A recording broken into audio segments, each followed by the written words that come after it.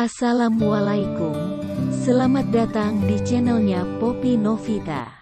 Salam kenal semuanya dan selamat menikmati karya saya berjudul Perempuan Itu Ibuku bagian 7. Minggir, Gio, sentak Sulastri membuat bocah lelaki itu terdiam seketika. Beberapa warga yang melihat memilih tak ikut campur dibanding kena marah Sulastri juga. "Sini kamu sini." Sulastri menarik rambut Adira lalu mendorong kasar hingga terjatuh. "Bu, apa salahku?" tanya Adira sambil memegang kepalanya yang berdenyut nyeri. "Masih tanya salahmu apa? Perempuan bodoh, nggak guna. Gara-gara kamu cucuku mati. Seharusnya kamu aja yang mati. Bukan cucuku, sampah." Sulastri mendekat lalu menamparkan wajah Adira, dan menjambak lagi. Adira memegangi tangan Sulastri, nyeri di kepalanya, tapi lebih nyeri lagi hatinya yang mendengar ucapan ibu mertuanya. "Mulai malam ini, kamu bukan lagi menantuku. Nggak sudi aku punya mantu sepertimu. Cucuku mati. Rumahku kebakaran. Semua gara-gara kamu, bodoh." Gio tak tahan akhirnya memberanikan diri mendekat dan memeluk ibunya. "Jangan sakiti ibu, Eyang. Jangan. Diam kamu. Ngapain belain ibumu yang nggak berguna ini? Minggir." Sulastri menarik Gio agar menyingkir tapi Gio semakin erat memeluk Adira. "Jangan, Bu." Adira pun memeluk Gio dan menyingkirkan tangan Sulastri agar tak menyakiti anaknya.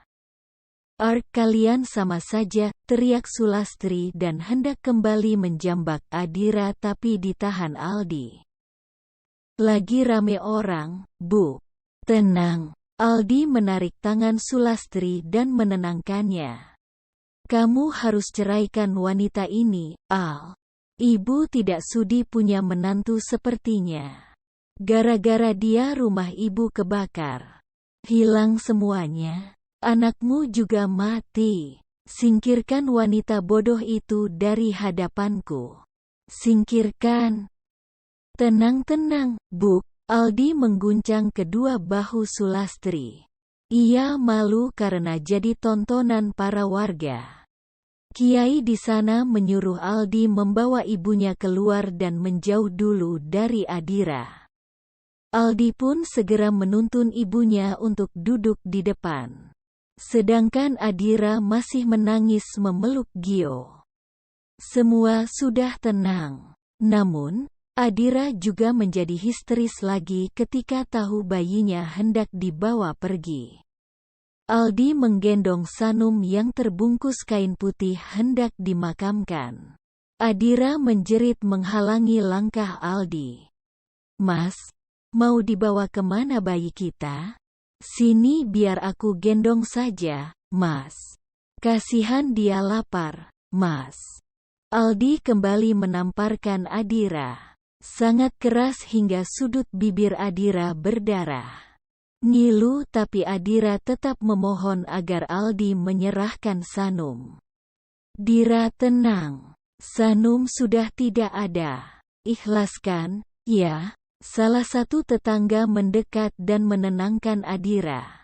Adira menggeleng. "Anakku masih hidup. Kenapa dibungkus kain putih? Kain apa itu? Sinikan bayiku. Bawa sini." Adira membentak dan hendak meraih Sanum dari gendongan Aldi. "Perempuan gila kamu," sentak Aldi geram, lalu menyuruh Ardan untuk memegang Adira agar tidak mengganggu jalannya pemakaman. "Sudahlah, Mbak." Ardan memegang kedua tangan Adira. "Jangan seperti ini. Malu-maluin. Jadi tontonan warga." Adira terus memberontak dan berteriak, "Jangan bawa pergi bayiku. Mau dibawa kemana dia?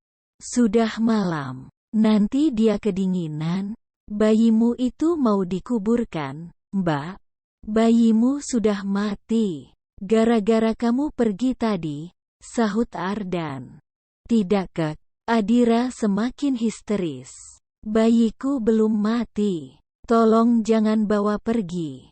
Dia belum mati. Dia cuma tidur. Mas Aldi bawa sini Sanum, Mas.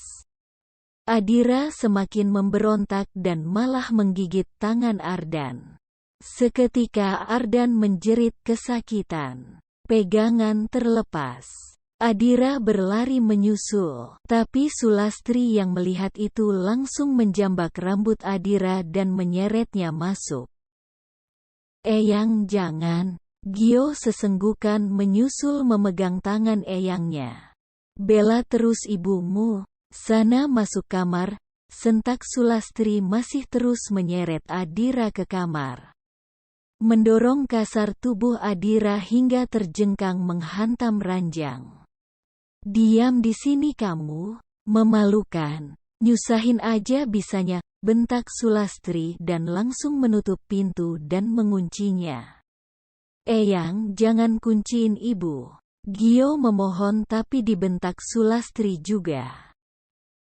Lihat itu adekmu mati. Gara-gara siapa? Masih aja belain. Sulastri kemudian berjalan keluar untuk ikut memakamkan Sanum. Gio menangis menuju pintu, mencoba membuka tapi tak bisa. Sedangkan ia mendengar ibunya terus berteriak, menjerit, meraung-raung setelahnya. Hati Gio semakin sesak mendengarnya. Sebagai bocah 10 tahun, ia tak tahu harus berbuat apa. Gio mengusap sudut matanya ketika mengingat kejadian 15 tahun lalu. Terlalu menyakitkan hingga sulit dilupakan. Ia meraih tangan sang ibu dan mengecupnya lembut. Maafin Gio, Bu. Maaf karena dulu Gio nggak bisa bantu apa-apa. Gio berucap lirih masih sambil mencium tangan ibunya. Suara pintu kamar dibuka tak membuat Gio menoleh. Zahra berjalan mendekat dan bertanya, Mas Gio nggak mandi? Nanti dulu, Ra. Aku masih mau di sini jagain ibu. Gio menjawab tanpa mengalihkan pandangan dari ibunya. Tadi ibu sudah tidur padahal. Tapi sepertinya mimpi buruk karena tiba-tiba menjerit-jerit lalu mengamuk. Zahra menjelaskan. Gio mengangguk paham. Sangat paham karena memang seringnya begitu. Ibunya seperti tak pernah bisa tidur nyenyak. Tak terbayang seberapa tersiksanya ia selama ini. Menderita karena bayangan kejadian menyakitkan itu terus menghantui. Mas Gio mau Zahra buatkan kopi? Boleh. Jangan terlalu panas ya. Iya, Mas. Sebentar ya. Setelah Zahra keluar kamar, Gio kembali mencium tangan Adira. Tangan yang mulai keriput itu rasanya masih sama. Tetap menjadi tangan ternyaman ketika disentuh. Dulu, Gio sangat merindukan sentuhan itu ketika ibunya dibawa pergi oleh Aldi. Hampir tiap malam, Gio diam-diam menangis. Memanggil ibunya lirih, karena biasanya setiap tidur, Adira mengusap rambut Gio. Mendendangkan Kidung Wali Songo sebagai pengantar tidur. Kenyamanan yang tak pernah lagi ia rasakan karena Adira tak lagi mengenalinya. Gio kangen, Bu, lirih Gio. Apa ibu dengar? Gio anak ibu sudah besar sekarang. Tapi tetap merindukan belayan lembut tangan ibu. Setetes air mata jatuh membasahi tangan Adira. Gio semakin terisak tanpa bisa ditahan. Isakannya membuat Adira tiba-tiba membuka mata. Buru-buru Gio meminta maaf karena membuat ibunya terbangun. Maaf ya, Bu. Gio ganggu ibu, ya? Ibu tidur lagi Gio jagain. Tiba-tiba tangan Adira yang satunya terulur menyentuh wajah Gio, mengusapnya pelan. Gio terdiam tak menyangka, ia semakin terkejut ketika sang ibu berucap, "Gio anakku." Gio tersenyum lebar dan mengangguk-angguk. "Iya, ini Gio. Ini Gio anak ibu. Ini Gio, Bu. Kenapa kamu menangis, Nak?" Gio langsung mengusap kasar air matanya, tapi ia justru semakin sesenggukan. Air matanya malah semakin deras keluar.